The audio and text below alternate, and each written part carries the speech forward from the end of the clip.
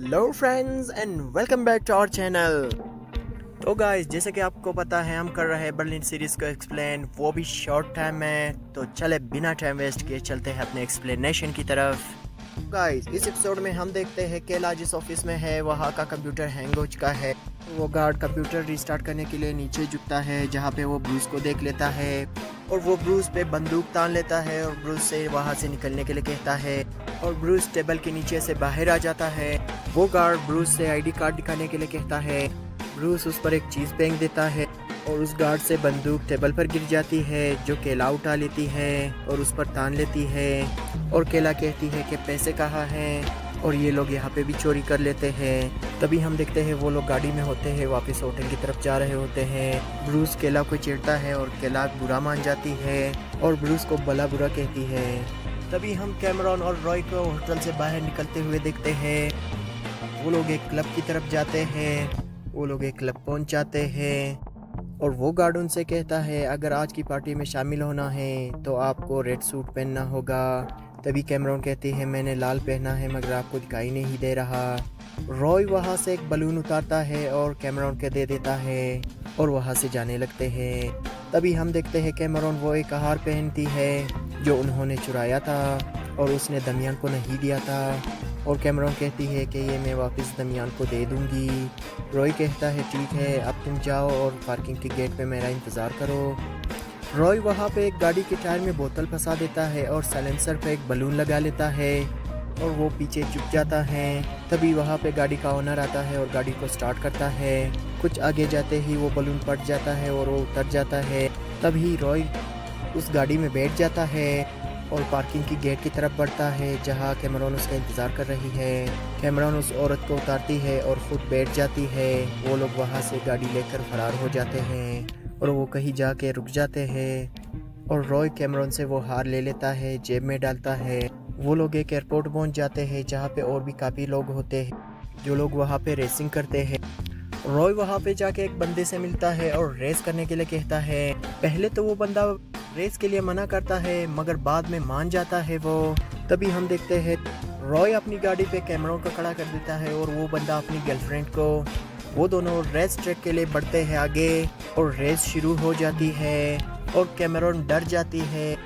रॉय ये रेस हार जाता है और उस बंदे को गाड़ी दे देता है और वो लोग गाड़ी लेके वहाँ से चले जाते हैं। रॉय कैमरॉन को उठाता है और वहाँ पे एक प्लेन के अंदर बिठा देता है और कैमरॉन के साथ बातें करता है और कैमरॉन अपनी दास्तान सुनाती है कि मेरे बॉयफ्रेंड ने किस तरह मुझे धोखा दिया और मैंने उसको छोड़ दिया।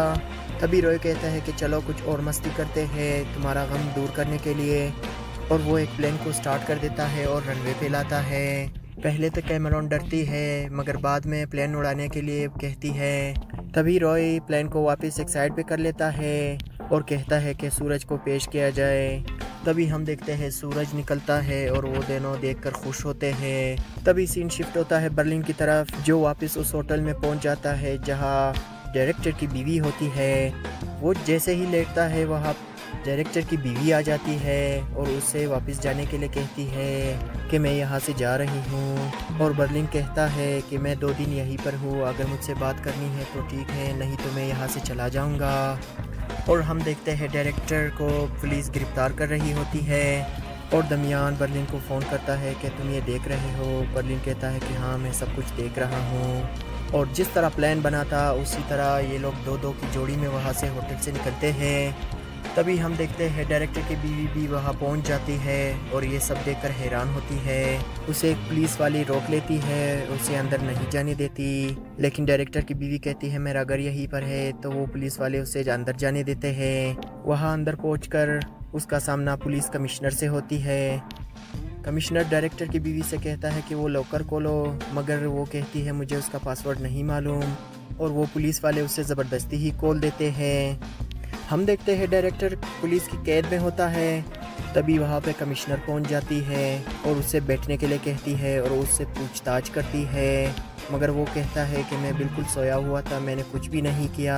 तभी कमिश्नर पार्किंग की सीसीटीवी फुटेज दिखाती है जिसमें वो अपनी गाड़ी के पास आता है लेकिन डायरेक्टर कहता है कि ये मैं नहीं हूँ, ये कोई और ही है और मेरी गाड़ी चोरी हुई है। लेकिन असल में उसकी गाड़ी चोरी ही नहीं होती। और कमिश्नर उससे कहती है कि कल रात तुम अपने फार्म हाउस गए थे, हमने सारे मोबाइल टावर चेक किए जहाँ पे तुम्हारा मोबाइल का सिग्नल मिल रहा था। तभी कमिश्नर उसे कुछ दागे दिखाते हैं और उस डायमंड का एक टुकड़ा दिखाती है और कहती है कि ये सब हमें तुम्हारे फार्म हाउस में मिला है, इस बारे में तुम क्या कहोगे। डायरेक्टर बहुत परेशान हो जाता है क्योंकि ये चोरी उसने नहीं की होती, मगर पुलिस के पास ये सारी चीज़ें कहाँ से आई, इसलिए वो परेशान होता है। और हम देखते हैं डायरेक्टर की बीवी बर्लिन को फ़ोन करती है और अपने पास बुलाती है और अपनी दास्तान सुनाती है कि यहाँ पे क्या हुआ मेरे हस्बैंड के साथ। और बर्लिन कहता है मैं आपके साथ हूँ, जो भी चाहिए, हेल्प चाहिए, कुछ भी चाहिए मुझे कह देना, बस मैं हेल्प कर दूँगा। वो कहती है मेरा हस्बैंड इस तरह नहीं हो सकता, वो बहुत शरीफ इंसान है, वो चोरी नहीं कर सकता। तभी बर्लिन कहता है कि किसी के माथे पे नहीं लिखा होता कि मैं चोर हूँ। हाँ, मैं भी मानता हूँ कि वो एक शरीफ इंसान है, वो इस तरह नहीं कर सकता।